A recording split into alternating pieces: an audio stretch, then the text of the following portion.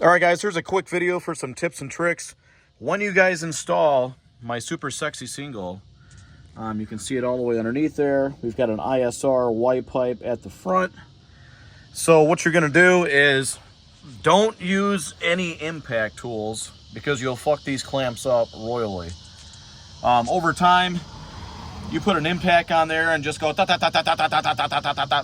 Trust me, I've been doing this for years. These threads can't handle all that torque and jolting going around. They'll get stripped out after a while, and then when you go to take it off to do servicing or whatever you're doing, they won't move because you've stripped them. Same thing with this ball joint. So we install a ball joint on the G37 coupes so that you can take this muffler and move it up and down according to what kind of cutout or what kind of bumper that you have. You know, if you got an aftermarket bumper like this, you may have to come up. If you have a stock bumper, it might have to come down. And it's also for personal preference, how high you want that tip or how low you want that tip. You know, we're gonna give you options so that you can ice off the cake. But again, when you tighten these, hand tighten 13 millimeter on the clamp and then also on the ball joint. I've got the clamps at the top. Don't put them at the bottom. That way, if you ever dip out on the road, you're not going to scrape the clamps. This portion, if it was down here, you're not going to scrape it on the road. So again, 13 millimeter, tighten these up by hand. Don't get an impact on there. And ta, ta, ta, ta, ta, ta. Especially this here. Those threads are highly fragile.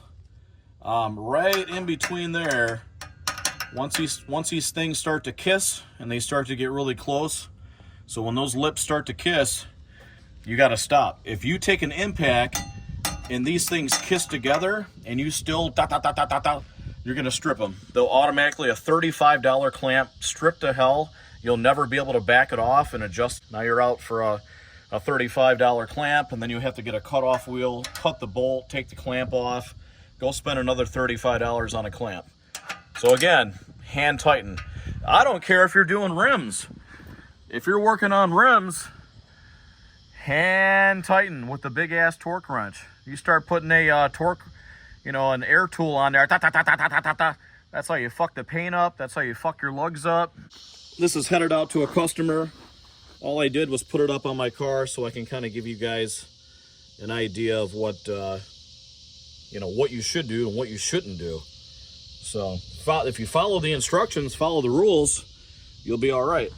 Now for adjustments, you're going to get extra rubber. You're going to get a triple. So instead of your normal, your regular hole that you can slide the bracket in, you've got 1, you got 2, you got 3 because of the ball joint being able to move up and down. So what's cool about that is you can stick your hanger mount in size 1, size 2, size 3.